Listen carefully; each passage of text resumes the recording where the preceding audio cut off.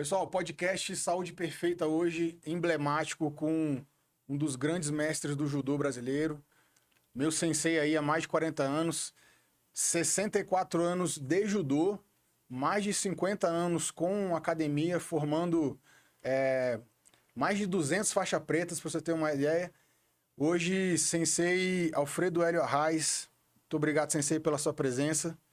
E a ideia hoje é a gente conversar um pouco sobre a história do sensei junto do judô e também principalmente a questão da longevidade, que é um tema que me atrai muito nos últimos anos. A expectativa de vida nossa vem aumentando bastante dos últimos 40 anos para cá, então um senhor de 76 anos já estaria assim no final da vida.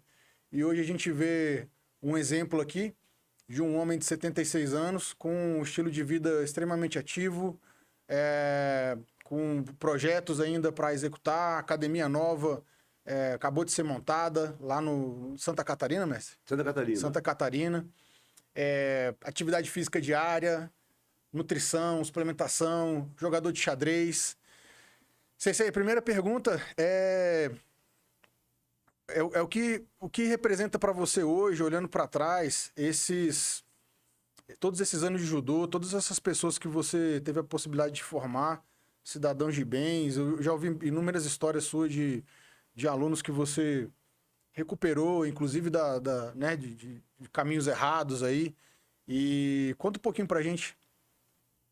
Olha, gente, eu graças a Deus, sou católico, acredito muito em Deus e acredito que as pessoas vêm ao mundo para fazer alguma coisa de bem para a humanidade e por semelhante. Com relação às pessoas que estavam no caminho errado, eu coloquei no caminho certo, e hoje em dia são todas as pessoas de bem, eu me sinto assim, um privilegiado de Deus ter me dado essa oportunidade. A maioria dos atletas que eu formei, alunos, de modo geral, não existe um fora da linha do caminho correto. Ou seja, trabalhando, estudando, muito médico, muito engenheiro, muitas pessoas na área da educação física, na área da justiça. Então eu fico eu me sinto uma pessoa não realizada, porque eu tenho muito a dar ainda. Estou com 66, mas eu penso ainda como o Fábio falou. Eu abri uma escola agora lá em Itapema, o local onde eu estou morando atualmente, e vou reiniciar lá o mesmo trabalho que eu tive em Brasília. A minha academia em Brasília continua aberta, tocada por um aluno meu formado por mim. Legal, mestre. O André Maia, né? O André Maia é um atleta sexto estudante de judô, começou judô comigo com 12 anos de idade. É uma coisa assim muito gratificante, né? O Fábio mesmo é um típico, né? Porque o Fábio, ele fez judô comigo quando ele tinha 9, 10, 11, 12 anos. Viajou comigo várias vezes. Hoje em dia ele é faixa preta de judô. Graças a Deus, é fisiculturista, nutricionista. Fim das contas, faz um trabalho na Cefis que, poxa, eu sou o representante direto da Cefis. Porque há 10 anos atrás eu não estava bem de saúde, procurei o Fábio começou a me orientar na parte física, e eu me sinto uma pessoa assim, com uma resistência física de um jovem, de um cara de 60 anos. Eu me sinto. Eu não tenho.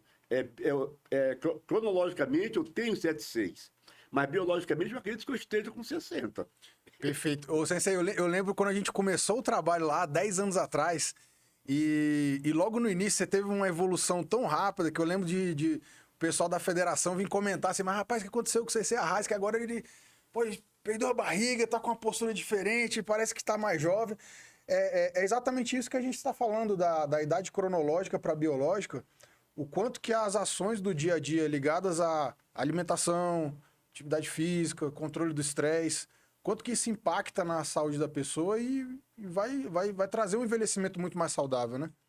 Sim, com relação à longevidade, é claro que as pessoas têm que cuidar da alimentação, exercício físico, um controle mental para que não entre besteira na cabeça, cuidar da água que bebe e cuidar do ar que respira, né? Não deixar ninguém fumar do seu lado, Lógico, isso aí é inevitável, mas você procurar evitar e dentro dessa ideia, se manter ativamente. Eu, particularmente, eu tenho uma rotina de acordar às 6 da manhã, fazer alongamento pela manhã, vou para musculação, vou para musculação, faço a minha musculação, da musculação, como eu estou sem academia ainda, a academia não está funcionando ainda, eu vou fazer alguma atividade, tipo estudar xadrez, eu gosto muito de xadrez, tipo tocar sax, que eu gosto muito de sax, embora não seja um exímio tocador, mas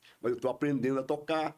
E tudo faz parte da minha rotina para me ter saúde, para me ter uma saúde física e mental. Minha parte mental, eu tá voltada para o xadrez e para o sax. E lógico, eu saio à noite para dançar de vez em quando. Tenho a minha vida social, normalmente, eu e minha mulher. Mestre, eu não sei se eu conversei contigo uma vez sobre isso, mas você falando agora me veio à memória. Tem um estudo chamado das Blue Zones, das zonas azuis, que virou um livro que trata dos locais do planeta onde se vive comumente mais de 100 anos. A estatística de pessoas com mais de 100 anos é super elevada, é acima da média, né? Então isso se tornou um livro e depois um estudo de caso, né? Porque tem lá em Okinawa, tem na Califórnia, tem na Grécia, eu acho que mais um ou dois lugares no planeta. E aí, legal, o cara fez esse livro e ele foi buscar o que tinha em comum nesses locais para as pessoas estarem vivendo tanto. E me parece muito com o que você citou agora. Tem, primeiro, uma vida social, uma característica de ter uma vida social entre as pessoas, né? Um contato, né? As pessoas têm amizades, né? Que isso é uma característica em comum. Uma alimentação mais baseada em plantas, né? Então, uma ingestão de verduras, legumes e frutas maior do que a média né? Principalmente aqui do Ocidente, onde está tudo mais industrializado, né? Também uma atividade física regular, algo que a gente perdeu com o tempo, né? Porque as pessoas hoje estão andando de bicicleta elétrica, o carro é automático, pega elevador, não anda mais de escada. Então as pessoas estão ficando mais sedentárias e nesses locais tem a característica das pessoas estarem caminhando mais, se movimentando, estarem mais fisicamente ativas. E isso não necessariamente precisa ser uma musculação, né?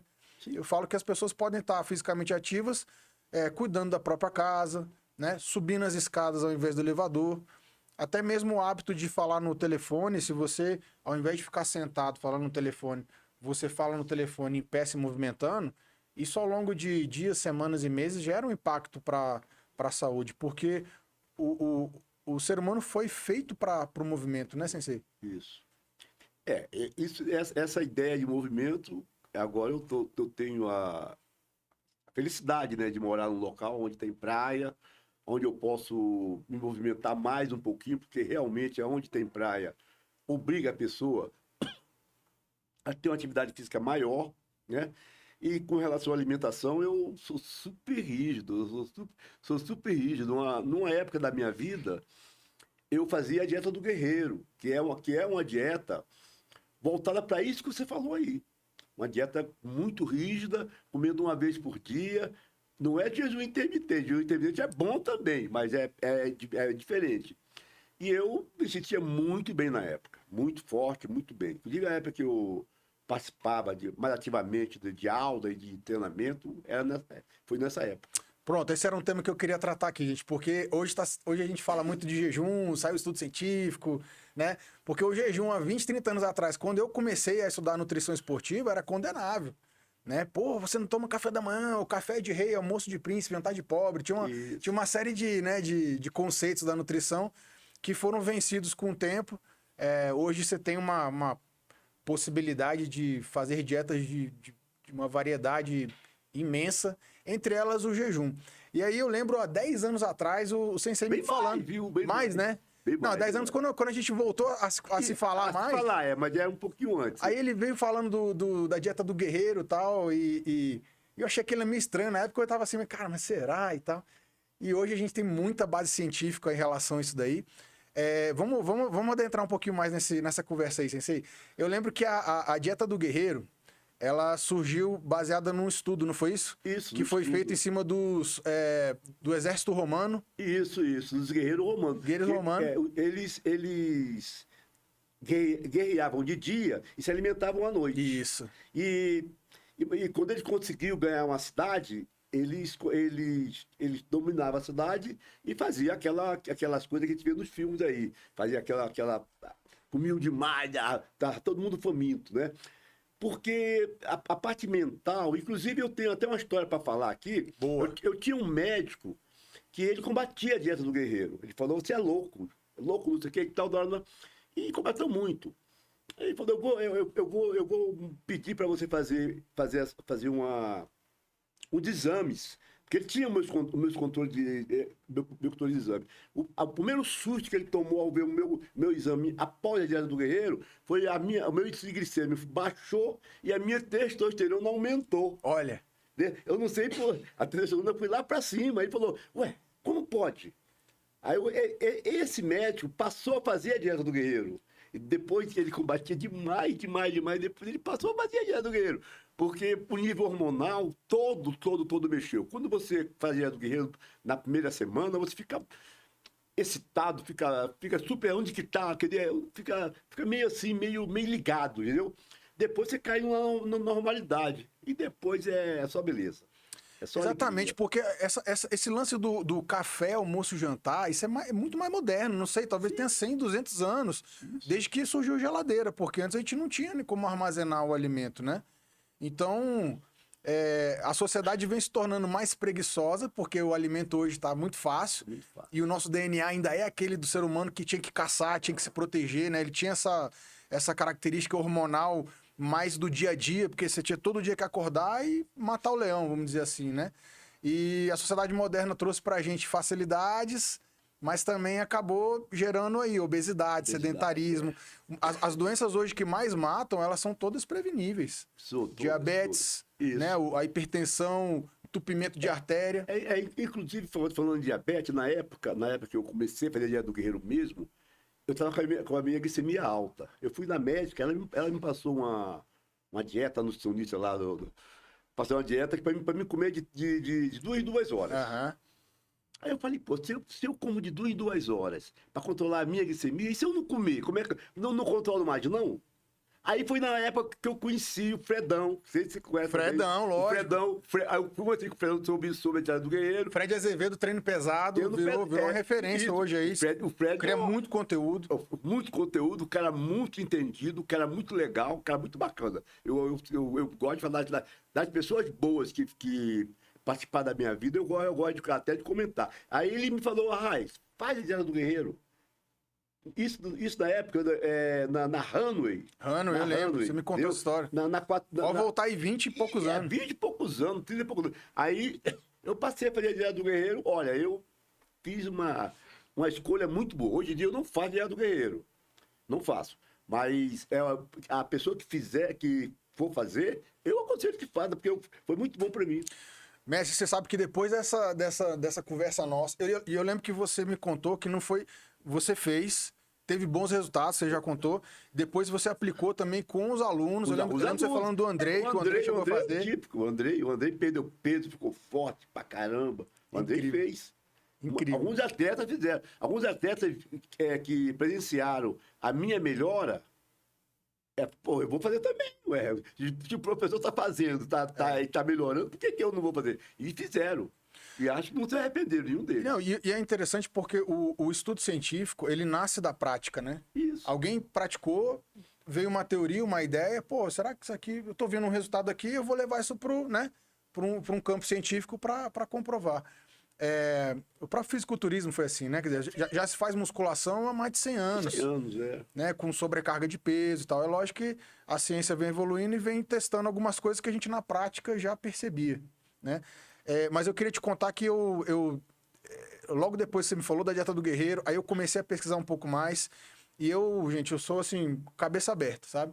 Eu não fico engessado em teoria, não. Eu gosto, inclusive, de experimentar as coisas novas. E eu fiz o jejum, eu e minha esposa lá, o intermitente 16/8. Aquele que você faz almoço, lanche e jantar, e aí só vai comer no almoço do dia seguinte. E meu treino é na hora do almoço, né? Então, Pra mim era um teste ali, o teste da vida real. E Sensei, funcionou muito bem. Funciona. Funcionou muito bem, cara. E olha, eu fiz os exames nessa época, eu faço muito exame, né? Pra mim é uma forma de ter também um outro teste, né? Preto no branco. Pra pessoa não falar assim, ah, mas você achou, não achou? Não, eu fiz e tá aqui, ó. O exame tá aqui. Foi um dos meus melhores exames de sangue dos últimos anos. É. Os marcadores inflamatórios, hemoglobina glicada, aquela coisa da glicose que Tudo você isso falou. aí, as minhas coisas também é desse jeito, né? Por quê? Porque faz todo sentido você dar um descanso pro sistema, né? Em vez de estar alimentando de 3 em 3 horas, e aí tá funcionando o pâncreas, o rim, o fígado, tá tendo que digerir comida o tempo inteiro, você deixa umas horas sem alimentação e o corpo dá uma renovada, Vai renovar. consome o lixo que tá acumulado, É. né? Agora, eu esqueci comentando sobre a longevidade, sobre a saúde, eu esqueci de comentar, de falar sobre o sono. Né? O sono é uma coisa importante também, que eu não falei. É uma coisa importante você dormir no mínimo 8 horas por dia. Ah, mas dorme 8 horas por dia e depois vê o que vai dar. A diferença é grande. E claro também que o sono, eu também tenho as minhas coisas. Por exemplo, eu gosto muito de shiatsu, eu faço crioterapia, que é a imersão no gelo. Sempre fiz, não é de hoje. Estou morando num local gelado, que é muito frio, mas eu continuo fazendo. Pelo menos 2 vezes por semana eu entro no gelo ainda. Ah, mas lá é muito, muito frio, porque lá em Itapema, que é em Santa Catarina, tem época do que que a barra pesa, né? O frio pesa. Mas eu entro do mesmo jeito, né? E isso também eu acho que faz parte da parte física e também da parte mental, porque quando você vai enfrentar um gelo em Santa Catarina, você tem que ter a mente muito, muito forte.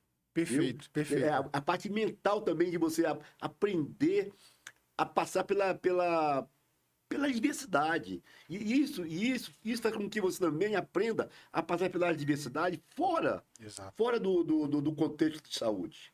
Você leva isso para sua vida, para tudo, para trabalho, para relacionamento, para tudo, né? Sensei, exatamente.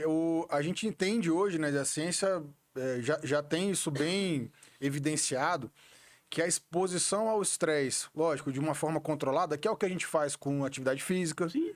com o próprio jejum, com a imersão do gelo, elas fazem com que você treine o seu metabolismo, seu organismo, a suportar melhor o estresse. Então, quer dizer, seja um vírus, uma bactéria, ou algum tipo de ação contra o corpo, quando ele está treinado e está submetido ao estresse controlado, ele fica mais resistente. Isso. E o mental também, essa questão eu ia falar da imersão do gelo também, que foi outra coisa que você já estava fazendo antes de popularizar. Quando que surgiu o gelo? Com o que você aprendeu? Como é que começou essa ideia de fazer a imersão no gelo para benefícios para a saúde?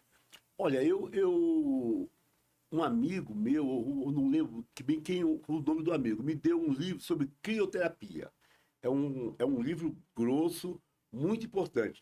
Aí eu li o livro e comecei a pesquisar. Aí tinha um cidadão na Europa que fazia isso. Eu não lembro bem assim dos detalhes. Uhum. Mas esse cidadão, ele corria no gelo, descalço, ele mergulhava em lago. Lá congelados um cara famoso. É o Hoffman, tá? É o Hoffman. Isso. É o Hoffman. Aí eu passei a acompanhar através da internet, através de alguns amigos meus, o que é que ele fazia, por que ele fazia. E cheguei à conclusão que para mim seria bom. Todo mundo falava que era errado. Ah, isso é loucura, não sei o quê. Tudo bem, se o cara faz, por que isso é loucura? Se o cara faz, tá aí jovem, tá bem, eu comecei a fazer. E não me arrependi não, viu? Tô até hoje fazendo. Você sabe que a imersão do gelo eu ainda não fiz. Tenho a curiosidade de sentir, porque é diferente do banho gelado, né? Banho gelado é uma coisa, a imersão no gelo ali, quase 0 graus. Inclusive, eu tenho um tambor que eu faço gelo em casa, coloco o gelo dentro, coloco a água no tambor pela metade, o gelo dentro do tambor, e entro e fico só com a cabeça de fora. Não enfio a cabeça pra dentro, porque não tem como fazer. E às vezes eu coloco alguma coisa para cobrir por cima tipo um lençol ou Aham. um cobertor, mas isso não é normal eu fazer. Quando tá muito frio, eu coloco por cima e para ficar mais tampado o local que eu estou. E tenho feito lá também. Pessoal, se é dois não. Mestre, você sabe que tem uma outra coisa. O gelo ainda tá na minha lista aí de metas para fazer. Mas eu tenho acesso a uma outra atividade que também é estressadora, né? Um estressador do corpo, que é a sauna, que é a exposição ao A calor. sauna é a exposição ao calor. E a sauna tá com as evidências científicas hoje, assim, Isso. recentes, mostrando que ela reduz em 40% a morte por todas as causas.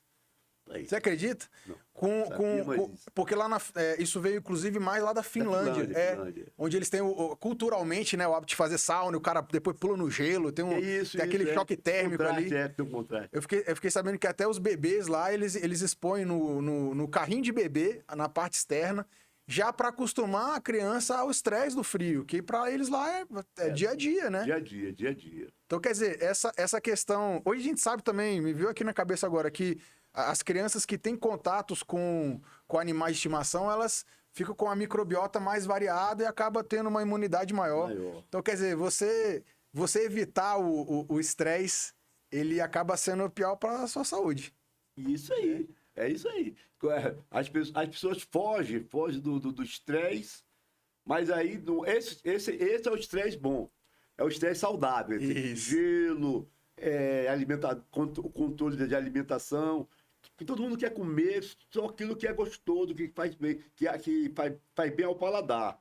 Depois eu sou um camarada que a minha base de alimentação, normalmente eu entro com salada, bastante salada, de todos os tipos. Depois eu entro com carne, com proteína. Depois eu entro com carboidrato. Porque isso a gente faz É uma estratégia inteligente, isso. essa ideia já é do Dieta do Guerreiro. A dieta do Guerreiro, você primeiro come salada. Muito legume, salada de legumes. Depois você vai para proteína. E depois da proteína, por último, vem o carboidrato. Porque quando você vai para o carboidrato, você já está mais ou menos saciado. Exatamente. E não tem líquido durante esse período. Depois de 1 a 2 horas, você pode tomar líquido. Essa é a ideia. É que não adiantaria também a pessoa fazer um jejum intermitente ou mesmo uma dieta do guerreiro, e a hora que for comer porcaria, pizza, hambúrguer, aí doce e tal. Aí joga aquele efeito positivo, vai ficar negativo, né? Quer dizer, mas o interessante da dieta do guerreiro é que fica bem caracterizado o seguinte: tem um dia que você faz como que nós chamamos na época é o dia do lixo. Então no dia do lixo você come o que você quiser, mas mesmo você comendo o que você quiser, você nunca vai comer besteira e nunca vai sair direto da dieta. Entendeu? Então você sai um dia da dieta, no meu caso era no sábado, eu não comia muita besteira, saía da dieta um pouquinho, no domingo eu voltava para a dieta. Aí uma vez por semana eu saía. Porque aí o controle calórico ele fica sob controle, né? Controle. Porque por mais que você coma ali mais gordura ou fritura ou algum açúcar, isso aí uma vez por semana não representa nada. Nós também, a parte mental é interessante. E normalmente de 6 meses ou de um período qualquer, você entra fica mais ou menos num mês livre. Mas mesmo você ficando um mês livre, você não sai completamente daquela rotina de que você estava. Você passa a comer mais à vontade. Que é o período que o pessoal normalmente fica um pouco maior. Os fisiculturistas ficam grandes. Isso. Né? Retém mais líquido e tal. Mas a dieta do guerreiro é 10. É uma reprogramação mental, né? Vocês sabem o que me marcou muito na experiência com o jejum? Porque o jejum ele tem uma ligação com a parte da espiritualidade, né? Tá na Bíblia, tem o Ramadã. Eu acho que tem outras religiões também, né? Tem. E eu tive uma sensação realmente de que... Eu falo isso para as pessoas. Que você sente aquela fome do hábito, do horário, né? Sim. Mas que não é fome, é o hábito que você tem de meio-dia ao almoço, teu cérebro pede comida, mas você não tá com fome. Isso aí. Né? Eu vindo lá daquela nutrição esportiva tradicional, de comer de 3 em 3 horas, passava 3 horas, eu já tava assim, preocupado, pensando em perder massa muscular e tal. E eu tive, assim, então, uma consciência de que tem muita gente que passa fome de verdade mesmo, sabe? A criança na África, o morador de rua que ele não tem a comida na despensa ali. Ele não sabe a hora que ele vai comer. Então é aquela fome que dói. A fome do jejum é uma fome que você está simulando, entendeu? Não, você tá, é uma fome sob controle. Se você se desesperar demais, você vai abrir a gaveta ali, vai pedir uma comida. Mas tem gente que realmente passa fome, né? Faz jejum assim, por precisão. Exatamente. Precisão, e não por, assim, por opção. Porque o nosso jejum, no caso, que nós temos uma vida mais equilibrada um pouco, é opção da gente. É opção. É opção. O jejum do coitado que vive na rua não tem como, tem que fazer mesmo e acabou. Então, quer dizer, aí você vem aquele sentimento de gratidão, você fala, poxa, cara, eu tô aqui sentindo uma fome, e aí você vê que a fome vem e passa. Então, quer dizer, aí vem a parte mental, né? Você ganha força de vontade sobre aquela sensação do seu cérebro pedindo comida, mas que na verdade é o hábito de comer, e a gente Verdade. a maioria das pessoas hoje come demais, né? Come mais caloria do que queima. Come demais. Você sabe que o planeta hoje tem mais gente com sobrepeso e obesidade do que com fome. Sim. Né? Então, assim, a indústria alimentícia, eu já até falei isso aqui antes, para mim, ela tá na mesma classe da indústria de tráfico de animais, da indústria da doença, né, dos medicamentos. Ela não tá preocupada muito com a saúde da população, não, cara. É vender comida e fazer lucro, né? Você vê o fato. Um pão integral, pô. Um pão integral, de repente, ele faz mais mal do que um pão de padaria normal. Porque o pão integral entra tanto aditivo químico para ele poder se manter na prateleira durante um período longo. Se você pegar um pãozinho comum e colocar do lado do pão integral, você vai ver que o pãozinho comum vai deteriorar rapidamente. E o integral fica 2, 3, 4 meses na padaria. Quer dizer, como é que você vai resolver isso? O pão integral é bom. O pão integral é bom. Mas tem tanto aditivo químico. O leite, a mesma coisa. Eu ia falar do leite agora. O leite saindo da vaca e o leite saindo... Eu conversei com o médico lá, que ele veio de Goiânia, então ele foi criado em fazenda e tal. Endocrinologista. Sim. Danilo, abraço. E ele me contou exatamente isso. Ele falou, Fábio, eu sempre bebi muito leite na fazenda, nunca tive problema nenhum. E aí, depois quando eu passei a beber esse leite de caixa, começou a me dar problema...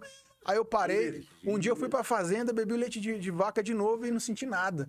Porque ali ele tá puro, vem com enzima, né? Vem com uma série de substâncias que perde no processamento.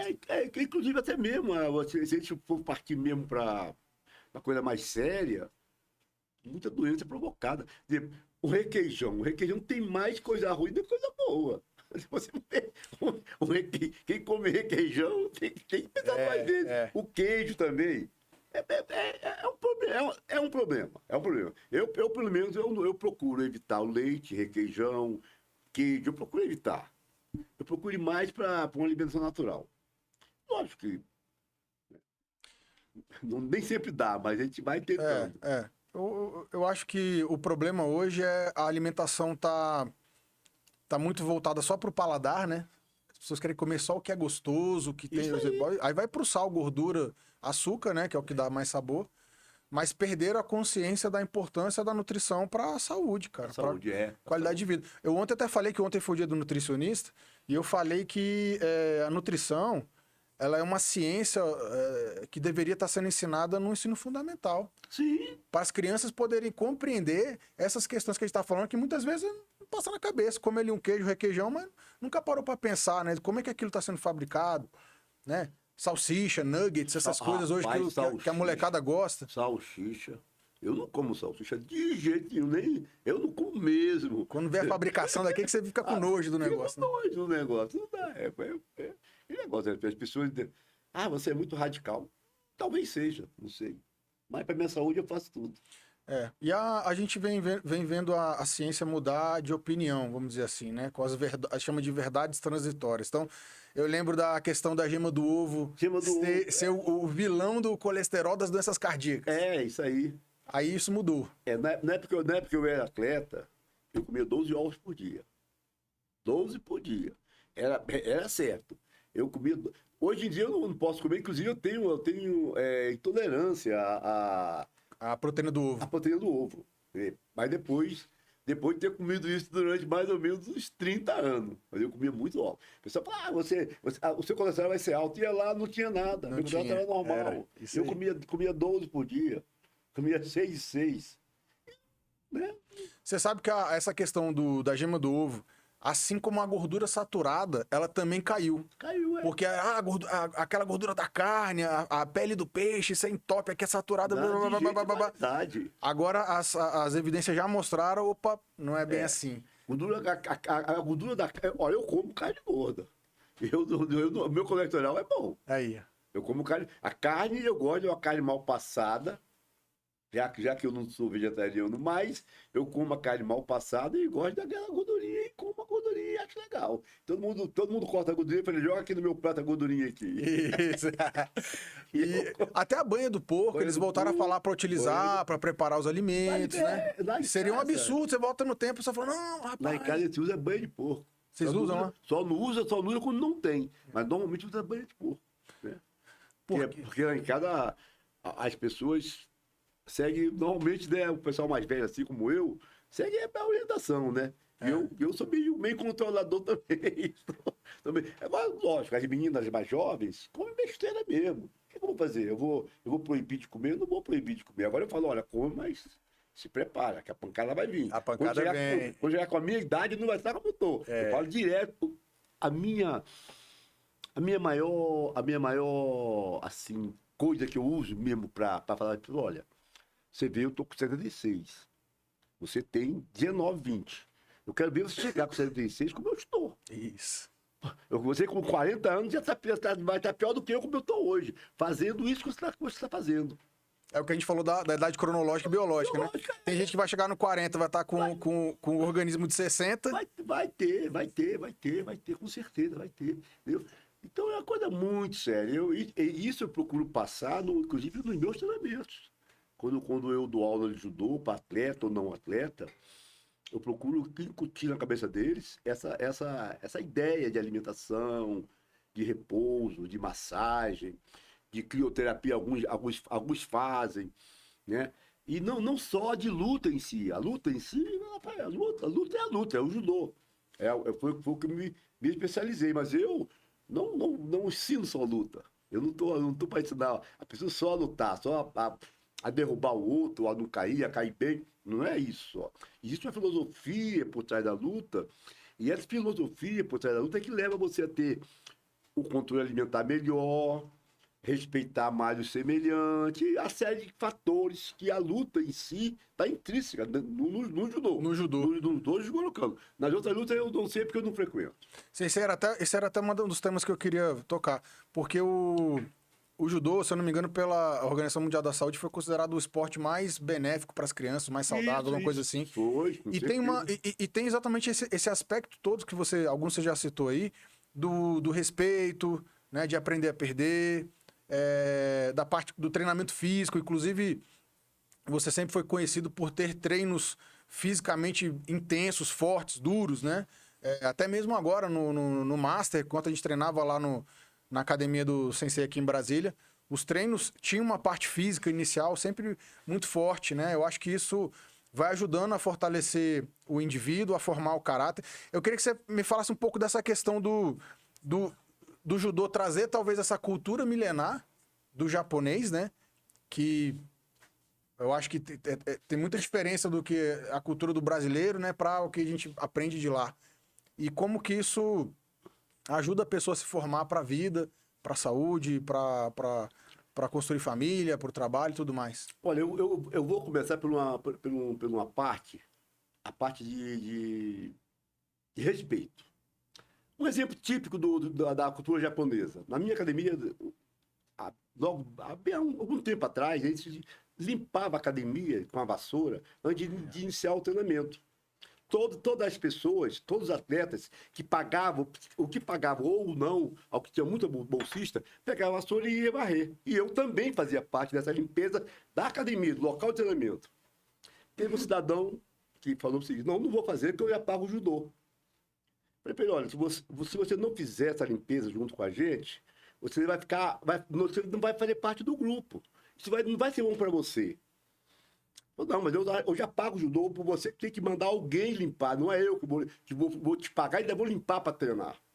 E isso da cultura japonesa é Aham. um afronto assim que você não quer nem saber. É uma coisa assim, fora do comum. Eu falei, não, tudo bem então. No fim das contas, essa pessoa, pô, o grupo marginalizou ela, sem querer. Ele foi saindo, eu também já não o tratava do mesmo jeito, porque ele não era um dos nossos. Isso. Entendeu? E ele acabou parando com o judô. Porque ele não entendeu que a limpeza não era feita por uma pessoa que limpava, era feita pelas pessoas que frequentavam. Que é a tradição Porque- milenar do isso, negócio. isso. Porque essa é milenar japonesa. Você vê que nas Olimpíadas aqui no Rio de Janeiro, Isso. você vê aquilo ali. Onde os japoneses ficavam, não ficava sujeira, porque Isso. limpavam tudo. Até dos outros. Tudo, tudo. E é tradição, é tradição no Japão, o pai de família varrer a frente da casa e a casa inteira. O pai de família, o provedor, ele pode ser o que for, ele pode ser presidente de qualquer firma grande, que ele vai fazer isso, independente de ter funcionário para fazer ou não. Eu não sabia, não, dessa. Então, isso aí faz parte da cultura japonesa. E na academia de judô, a raiz, agora até que nós não estamos tanto assim. Isso fazia muita parte do acontecido. Sei que essa pessoa que se negou a ajudar na limpeza, que nós éramos mais ou menos 30, ele era quer dizer, ele ficou sem ambiente. Uma por ter afrontado, porque no judô manda quem pode e obedece quem tem juízo, entendeu? Afrontar o professor na frente dos alunos, que ele falou que não ia fazer. Já é uma coisa assim que no judô, da época principalmente, era uma coisa muito séria. E o pessoal começou a treinar com ele de maneira diferente também. Entendeu? Ele era um pouco espancado também. Porque o pessoal treinava entre eles normal, comigo normal, porque na época eu treinava também. E quando ia treinar com ele, era diferente. Ou seja, ele teve a opção de ter a lição, né? Ou ter a lição de humildade assim, ou vai ter de outro jeito. A lição ele teve. Fim das contas, ele preferiu optar por não treinar. E eu preferi, dentro do meu conceito, uma pessoa desse tipo vai atrapalhar o grupo. Isso vai contaminar. Quando sai, eu agradeço a Deus por ter dado a oportunidade dela, ter ido no local para melhorar, porque ele era muito arrogante, porque uma pessoa dessa é arrogante, prepotente e dono da verdade. Então, não ficou, e para mim foi ótimo.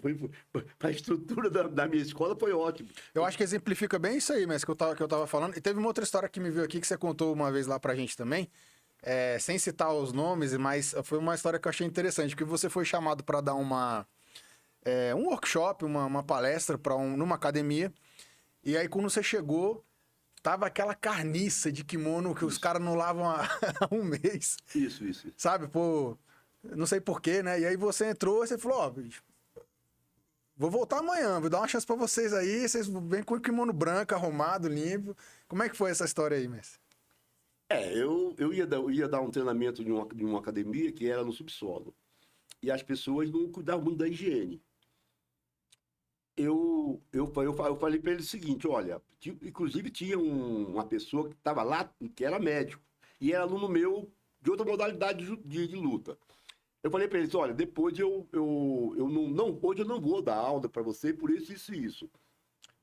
Se você quiser marcar outro dia, eu venho e vou dar aula. Mas como vocês estão, kimono fedido, a palavra correta não é nojento, ceboso, aquele sebo danado. Afinal de contas, eu não dei o treinamento, fui embora. A pessoa que me convidou ficou um pouco chateado, depois me procurou de novo e falou comigo, não, eu queria que você fosse lá de novo. Falei, olha, vai acontecer a mesma coisa se tiver... Não, eu vou conversar com eles antes. No fim das contas, fui lá, estavam todos presentes, vestido de kimono tradicional, limpo, tal, arrumadinho. Eu falei, expliquei o porquê que eu tinha falado, sobre doença de pele, falei uma série de coisas. E, inclusive, tinha uma pessoa que estava sentada lá, que era atleta também. Eu queria que você viesse aqui na frente e dar o seu depoimento, que era um médico. Era o médico. Ele foi lá na frente, explicou tudo que tinha que explicar sobre a saúde, que eu não tinha conhecimento, não era da minha área. E daí para frente, eu acho que foi assim, muito bom para aquele grupo. Sem dúvida. Entender que é uma falta de respeito você estar com o kimono sujo e rolar com a pessoa, com a pessoa de kimono limpo, sei lá. Eu acho que você vai passar doença para a pessoa. Isso foi uma coisa boa também, eu achei legal isso. Muito bom, mestre. Eu queria saber de você qual é a diferença de tratamento que tem um sensei de nono dan de judô no Japão ou num outro país de primeiro mundo, onde o esporte é mais valorizado que no Brasil, né? A gente sabe que aqui, se não for futebol, o resto passa muita dificuldade, né? Tanto talento que a gente tem aí de inúmeros esportes. Mas sem tocar nessa questão a princípio do esporte amador, que a gente sabe que é terrível mesmo no Brasil. Mas mais preocupante que isso para mim é saber que a gente tem grandes mestres que não têm a valorização do próprio governo, do Estado, da própria sociedade, né? O que você me diz? Atenção, partindo do princípio que o Brasil tem 2 milhões de praticantes de judô, de 2 a 3 milhões. Eu não sabia não, hein? De 2 a 3 milhões de praticantes de judô. Quem tiver dúvidas do que eu estou falando, é só consultar as estatísticas aí. Da população de vários países. É gente pra caramba, entendeu? A gente faz o judô desde criança. No meu caso, especificamente, desses 12 milhões, tem 18 a 20 faixa vermelha, vivos. Nono dan, quando pega nono dan, que é a faixa máxima, que uma pessoa pode chegar em vida, tem 18 no Brasil, pelo menos por enquanto. O 10º dan tem um que faleceu, né? Que normalmente dão o 10º dan para a pessoa quando está quase no final de vida. Né? Eu não sabia, não. 10º dan dá para o final de vida. E o Jigoro Kano, ele usou uma faixa branca mais grossa para diferenciar até mesmo do 10º dan. Viu? Então você vê, o professor Shinohara foi o único 10º dan brasileiro, falecido. Eu tive aula com ele, tive uma pessoa maravilhosa, japonês assim, pensa numa pessoa, sei lá, santa, não sei se é santa a palavra, uma pessoa maravilhosa, uma pessoa que eu não vi defeito nem como pessoa, nem no judô, nem em canto nenhum. É uma pessoa 10. O professor Shinohara. Nono dan, 10º dan. Fora isso, não tem nenhum mais. Tem 18 no Brasil. Então, se você tem 2 milhões de praticantes, presta atenção, tem 15 a 20 que chegaram ao auge, e você não o respeita, você é uma pessoa que não merece respeito de ninguém também. Você é uma pessoa bandida, inclusive. Porque se a pessoa chegou nesse ponto, é porque a pessoa fez por onde. Porque não existe negócio, o cara foi no dan, porque ele na política. Na CBJ não existe política. Se existisse política, nós tínhamos lá 300 no dan. Sim. Mas eu quero dizer o seguinte, esses 18, 19 faixas vermelhas nono dan, eles não têm nenhum tipo de apoio, patrocínio... Governamental, nenhum tipo. Eles vivem do trabalho deles, especificamente do sustento deles, né? Eu vivo do meu Continua sustento. tendo que trabalhar e se virar para poder... Eu tenho uma academia aqui em Brasília, no Clube dos Previdenciários, 912 Sul, e estou abrindo uma em Itapema. É claro que a minha vida é um pouco mais folgada do que a maioria do pessoal da minha faixa etária do judô. Mas tem muitas pessoas precisando de ajuda. Muitas pessoas precisando de ajuda. Precisando de ajuda, assim, que o governo olhe também para essas pessoas. É o que você falou, eu acho que você deveria ser considerado o patrimônio do Brasil. Patrimônio do esporte é patrimônio. Porque, como eu falei, se tem esse monte de pessoas praticando e tem 19 que chegaram lá em cima, 19 a 20, não lembro bem, olha que o funil é muito estreito. Nossa. Viu? O funil é muito estreito, não é? O negócio não é muito fácil, não. E isso é uma vida, a pessoa vai chegar a isso com o quê? Depois de 70 anos, eu, tipo, no meu caso especificamente, fui técnico de todas as equipes do DF, todas, numa boa época. Fui técnico da seleção brasileira. Fui presidente da federação, fui diretor técnico da federação, fui árbitro nacional. Afinal de contas, olha, no judô eu acho que eu fiz tudo que eu tinha que fazer para me chegar onde eu cheguei. Ainda existe política, existe pessoas que falam que não merece, mas isso sempre vai ter. Sempre vai ter, porque tem sempre uma instituição por trás, com o ser humano. Tem interesse tem pessoas que mas ele foi, não sei o quê. As pessoas que conviveram comigo, sabe, da minha capacidade de fazer as coisas e acabou. E meus alunos, então, que eles sabem mais ainda, né? Isso me deixa muito à vontade. Mestre, eu queria falar sobre eu queria que você me contasse a história mais marcante que você teve nesses 64 anos de judô, ou uma das, né, que te venha na memória agora, uma história emblemática mesmo da... Agora vê se vê alguma coisa aí, ou de algum aluno, ou sua mesmo. Eu sei que tem o Chutes, né? O Chutes é o teu número 1 aí,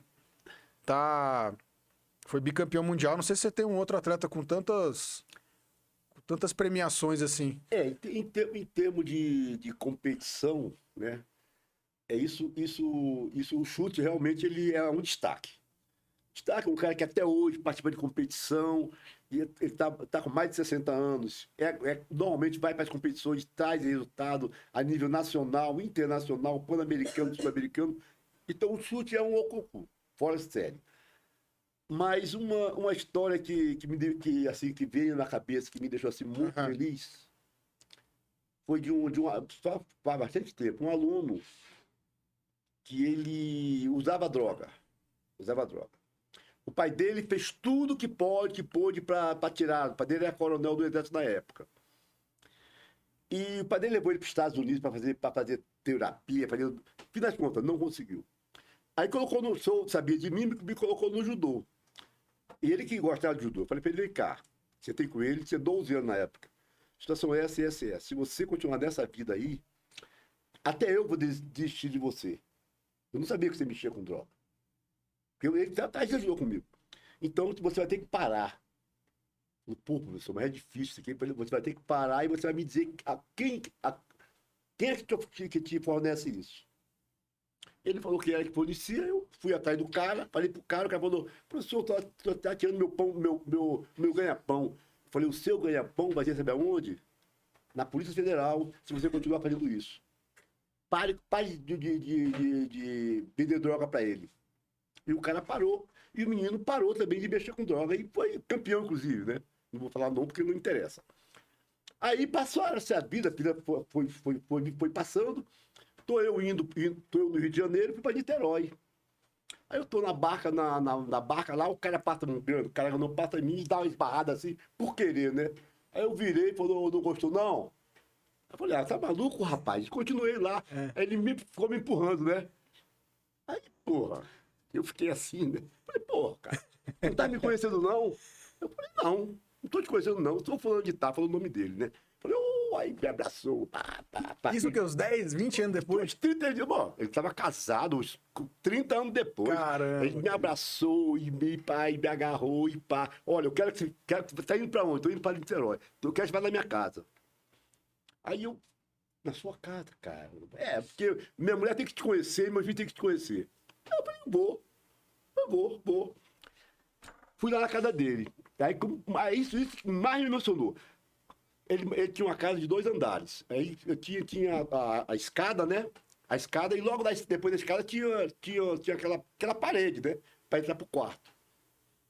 Quando eu subi a escada, que eu olhei, uma fotografia dele e eu, na base, tinha uns 12 para 13 anos, colocando a faixa nele. Eita, até arrepiei aqui, ó. Só que uma fotografia na parede, assim, ponta a ponta. Não é fotografia pequena. Um post na parede. Aham. Eu, eu até choro com esse negócio. Pô, eu não aguento. Aí eu olhei aquilo ali, putz, cara, Eu chorei do dia. Eu chorei. Em vez de ter o Jigoro Kano lá, ele tinha você lá. Tinha eu amarrando a faixa dele. Amarrando a faixa dele na subida da escada. Aí fui lá falar com a mulher dele, aí, pô, aí não deu. Pô, Caramba, eu não aguento, cara. Tá vendo? Você puxou a história certa. Não, então isso é para fechar a parte emocional da coisa. Pô, mas não tem como. Aí ele falou, ele era, na época, engenheiro da Petrobras. Trabalhava na Niterói, lá, da Petrobras de Niterói. Era uma pessoa completamente perdida na vida, drogado e tal, porque o menino ele ia se perder. E ele falou, a mãe dele falou, poxa, você, aqui na casa, você é Deus. Eita. Tem Deus de você aqui na casa. Entendeu? Sim, aquele negócio, às vezes a família não educa, o colégio não dá educação, E o o cara, ou ele vai pra rua, ou ele vai achar uma pessoa, ou como a gente vê lá no trabalho hoje, a responsabilidade também você, às vezes, puxar puxar pra você. Puxar pra você falar, eu tenho que educar as pessoas que estão aqui, porque elas não tiveram essa educação em outro lugar. Um exemplo típico que eu posso falar pra você é o seguinte, você conhece. Não vou citar nome porque não resolve, mas tenho vários alunos meus que são médicos, engenheiros, estão bem situados, que iam para academia às 2 da tarde e o pai pegava às 6 da noite. Ele ficava tarde comigo, fazia dever de casa da academia, eu cuidava dele, que eu, particularmente, me sinto hoje mais pai do que os pais dele, porque eu ajudei muito mais eles que os pais, e eles reconhecem. Olha, esse dia meu eu tive com um médico, também não vou citar nome porque não resolve, falou, professor, o senhor foi meu pai no período da minha vida. Tudo que eu sou hoje é um dos médicos mais conceituados de Brasília, viu? Eita, né?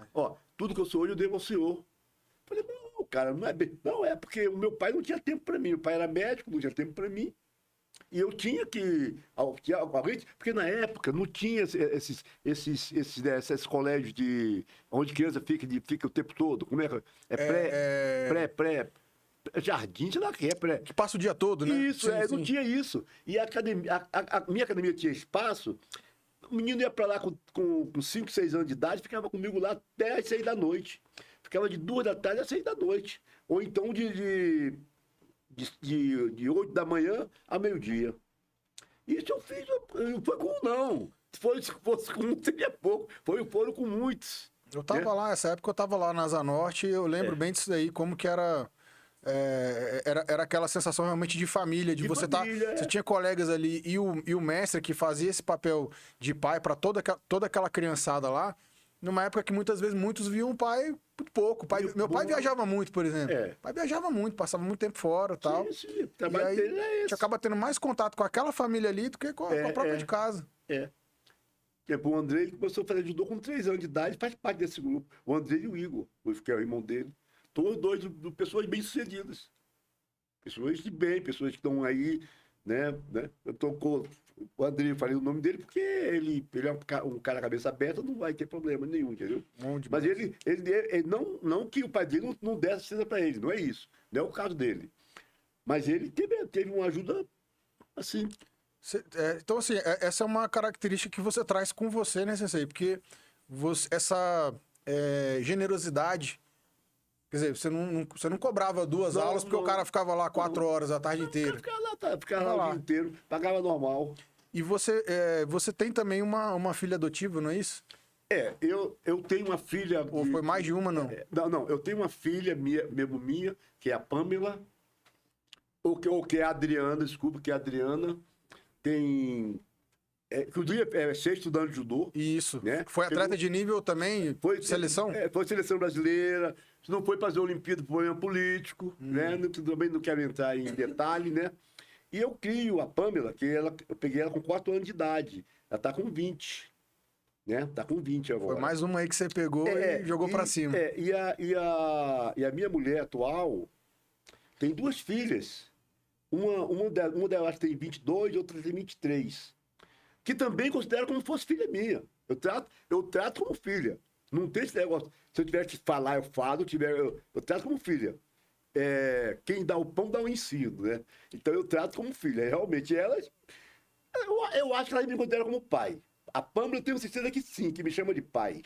Inclusive, tem casos de eu estar com o pai dela mesmo, Aham. e ela chamar o pai dela pelo nome e a mim pelo pai. Eita. Na frente do Aí, pai pronto. dela. É. Então, não existe, né, com relação a isso. Pai é quem cria, né? Pai quem Pai que cria, e eu cria. criei ela, e tô bem, tô aí, tô nessa vida aí. Né? Sei, para fechar, então eu queria falar. Vamos ver se a gente bota aqui dois tópicos para fechar. Primeiro, a importância da musculação. Eu queria falar um pouco não só da musculação, mas você trabalha a flexibilidade, a musculação, né? Como que você vê essas duas atividades? Porque muitas vezes a pessoa vê só, então eu vou correr, vou fazer a parte aeróbica.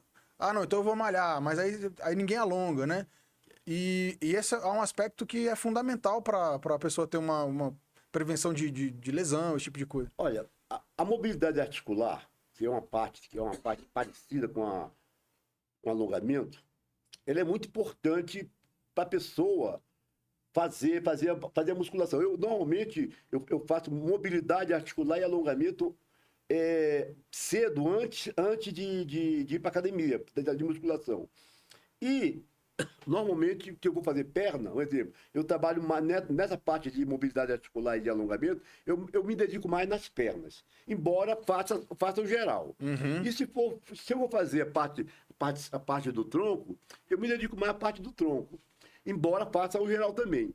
Acho que a parte aeróbica é muito importante, mas a parte de força para a terceira idade é essencial. É isso aí. Não tem. Olha, quem não fizer musculação, não fizer exercício de força depois dos 40, vai perder massa muscular. Vai definhando, né? Vai definhando, não vai conseguir subir uma escada, não vai conseguir agachar, não vai conseguir pegar um neto do chão. No fim das contas, vai definhando.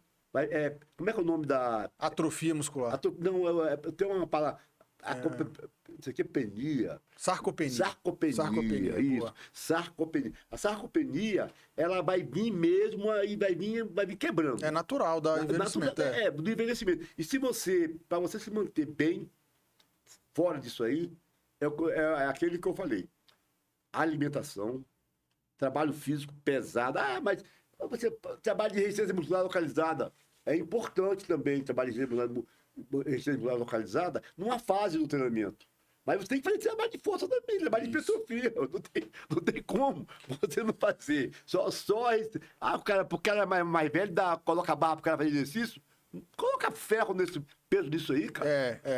Esse negócio só sair pra caminhar é muito pouco, né? Muito pouco. Mas caminhar já seria parte do dia a dia de todo mundo. Faz parte. Você precisa trabalhar com um pouquinho de sobrecarga. Sobrecarga. Pode ser elástico, pode ser um elástico, pode ser alguma coisa. É isso aí. Quando eu viajo com meus elásticos. Com meus elásticos e com meu bastão. Meu bastão do carro, elástico também. Sensei, para fechar, eu queria que você falasse do tema suplemento. Eu sei que você também me parece ser um pioneiro na utilização de suplementos, de extratos de planta e chá. A gente já conversou muito sobre isso aí. Hoje eu sei que você usa alguns suplementos, glutamina, né? A parte de vitaminas, ômega 3 e tal. É mais um conceito que mudou. A gente falou da musculação e do gema do ovo. Tanta coisa que a gente acreditava que era ruim e hoje a gente vê que é bom para a saúde. É isso aí. A suplementação também. Quando eu comecei lá, nos anos 90, havia um preconceito dos médicos, dos próprios nutricionistas, que queriam que a gente tirasse tudo da alimentação, comesse colorido e tal. Como é que você vê isso aí? Eu acho que a pessoa mais velha tem por obrigação de usar glutamina e creatina. Esses dois são essenciais. É claro que o ômega 3 também, mas a glutamina e a creatina, para o pessoal da terceira idade, até para a parte cognitiva, é importante. Exatamente. Entendeu? Então, esses são os essenciais. Glutamina, creatina e... Glutamina, creatina... É aquele outro que eu falei, como é que... Ômega 3? Ômega 3. Esses três, para mim, são a base. O resto, você vai trabalhando. Por exemplo, de manhã eu faço um combo para mim que entra germe de trigo, aveia, normalmente beterraba.